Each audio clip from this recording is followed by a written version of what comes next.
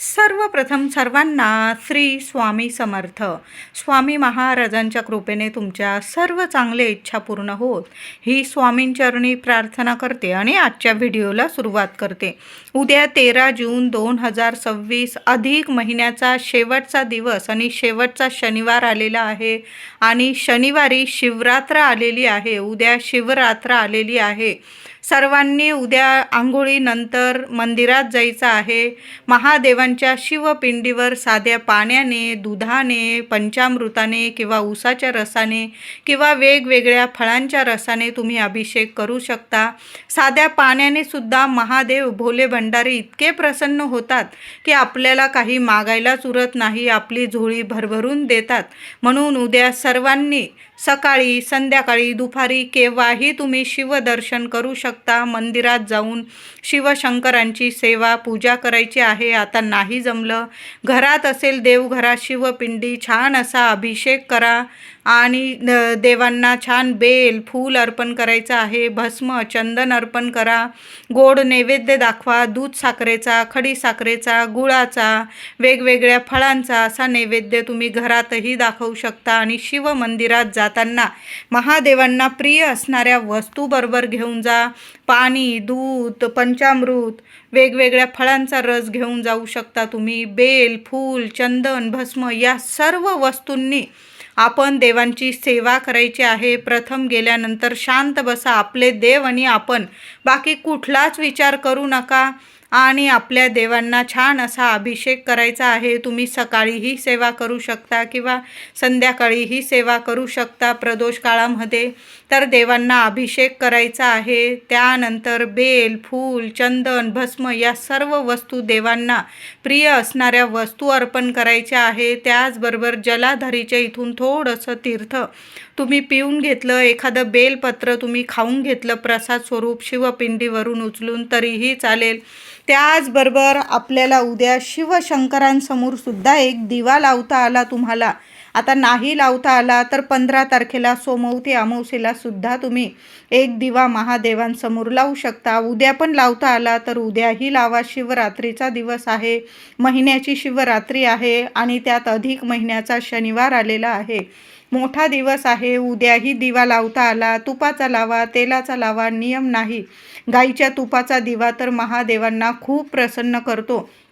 म्हणून गाईच्या तुपाचा दिवा आवर्जून तुम्हाला उद्या लावायचा आहे. देवांसमोर गोड नैवेद्य देवांना दाखवा. दूध, साखर, गूळ असा तुम्ही नैवेद्य महादेवांना दाखवू शकता. त्याचबरोबर कापूर आरती करता आली उद्या थोडासा कापूर घेऊन जा आणि मंदिरात जरी तुम्हाला आरती करता आली तरी नक्कीच करा. नाही जमलं घरात तुम्ही कापूर आरती करू शकता. कापूर आरती महादेवांना खूप प्रसन्न करते. त्याचबरोबर उद्या अधिक महिन्याचा अखेरचा शनिवार आलेला आहे. तुमच्याकडून महिनाभरात काही सेवा घडलेल्या असो किंवा नसो, उद्या एका झाडाला फक्त हात लावून, हात जोडून, नमस्कार करून, स्पर्श करून घरी यायचं आहे. तर तुमच्या घराजवळ जर पिंपळाचं झाड असेल तर आवर्जून पिंपळाखाली जायचं आहे. बरोबर जाताना एक तांब्या भरून पाणी घ्या. चमचाभर दूध टाका, चिमूटभर साखर टाका. बरोबर जाताना एक दिवा बरोबर घेऊन जा. तेलाचा, तुपाचा नियम नाही. एक दिवा लावणं महत्त्व आहे. आणि बरोबर जाताना एक गुळाचा खडा घेऊन जायचा आहे. पिंपळाखाली जायचं आहे. तुम्ही सकाळी किंवा संध्याकाळी तुम्ही सेवा करू शकता. सकाळीही करू शकता. आंघोळीनंतर महादेवांच्या मंदिरात जाल, तिथून येताना वगैरे तुम्हाला पिंपळ दिसलं तिथं तुम्ही पूजन करू शकता. नाही जमलं तुम्ही संध्याकाळीही अगदी सूर्य मावळल्यानंतर सेवा करू नका. सूर्य मावळण्याच्या आधीच सेवा करायची आहे. पिंपळाला पाणी अर्पण करायचं आहे. तिथं दिवा लावून द्या. एखादा गुळाचा खडा एखाद्या कागदावर किंवा तिथं पान पडलेलं असेल पुसून घ्या आणि त्यावर एक गुळाचा खडा ठेवून द्यायचा आहे. नमस्कार करा, स्पर्श करा उद्या सर्वांनी पिंपळाला. दोन्ही हातांनी स्पर्श करा. लक्ष्मीनारायणांचा मंत्र जपा. ओम नमो भगवते वासुदेवाय नमः. ओम नमो भगवते वासुदेवाय नमः. ओम श्रीं नमः. ओम श्रीं नमः या मंत्राचा जप किमान पिंपळाखाली उभं राहून तुम्हाला 21 वेळा करायचा आहे. लक्ष्मीनारायण इतके प्रसन्न होतील, कारण अधिक महिन्याचा शेवटचा दिवस अखेरचा शनिवार आहे. पिंपळाला प्रदक्षिणा घालायच्या आहे. 11 घाला, 21 घाला, पण पिंपळ पूजन उद्या सर्वांनी जरूर करा.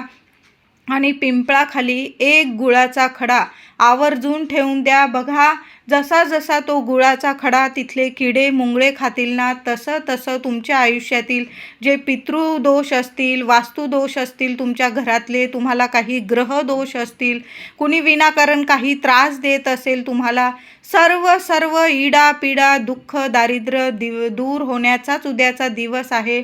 लक्ष्मीनारायण तुम्हाला घरी खाली हात पाठवणार नाही, एवढं तर मी नक्कीच सांगते. म्हणून सर्वांनी उद्या एक गुळाचा खडा पिंपळाखाली ठेवा. पिंपळाला छान असं पाणी अर्पण करा. एक दिवा लक्ष्मीनारायणांचा मंत्र जपून तिथं दिवा लावून द्यायचा आहे.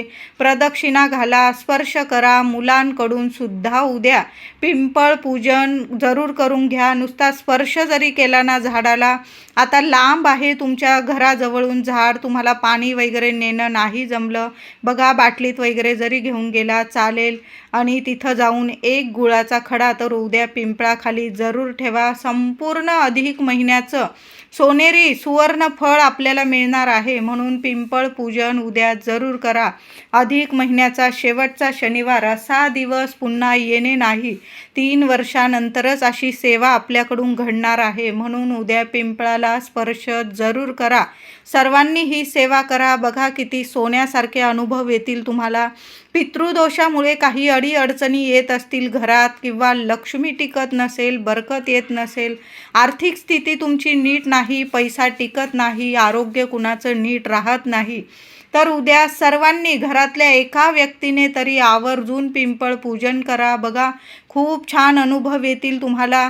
त्याचबरोबर उद्या एखादं पिंपळाचं खाली पडलेलं पान दिसलं तर तेही तुम्ही घरी नेऊन उचलून घेऊन जा आणि ते धुवून घ्या, स्वच्छ पुसून घ्या आणि देवघरात त्या पानाची हळदी कुंकू वाहून पूजा करू शकता. नंतर ते पान सुकलं वगैरे काही हरकत नाही, त्याची तुम्ही फ्रेम बनवून आणू शकता आणि त्या फ्रेमची सुद्धा पूजा करू शकता.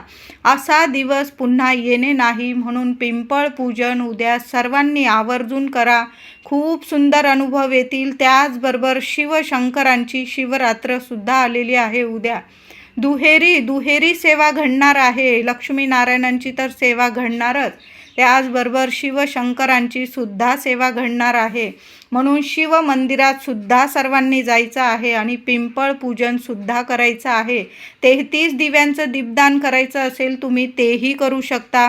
तुमच्या घराजवळ जेवढे मंदिरं असतील, जेवढे झाडं असतील, गोशाला असेल, तिथं तुम्ही दीपदान करू शकता. महिलांनो, कणकेचे दिवे बनवा किंवा मातीच्या पंत्या घेतल्या चालेल, दीपदान करू शकता. कुणा गरीबाला एक वेळ पोट भरेल एवढं अन्नदान जरूर करा. किंवा तुम्हाला शिदा द्यायची असेल मंदिरात वगैरे एखाद्या ब्राह्मणाला वगैरे, तुम्ही ती शिदासुद्धा उद्या दिली ना तर खूप सोन्यासारखं फळ मिळणार आहे. उद्या घराजवळ जर एखादी गाय दिसली तुम्हाला तर आवर्जून ताजी चपाती तूप गूळ लावून गाईला खाऊ घाला. पुरणाची पोळी खाऊ घालता आली तर जरूर खाऊ घाला. जेवढी सेवा कराल ना त्याचं भरभरून फळ आपल्याला मिळणार आहे. म्हणून उद्याचा शनिवार खूप खास आहे. जरूर थोडी का होईना उद्या जरूर सेवा करा, पिंपळ पूजन करा, महादेवांच्या मंदिरात जा, आवर्जून दानधर्म जेवढा जमेल तेवढा दानधर्म करा. सेवेचं फळ आपल्याला भरभरून मिळणार आहे. व्हिडिओ आवडला असेल लाईक करा, शेअर करा, चॅनलला नक्की सबस्क्राईब करा. धन्यवाद.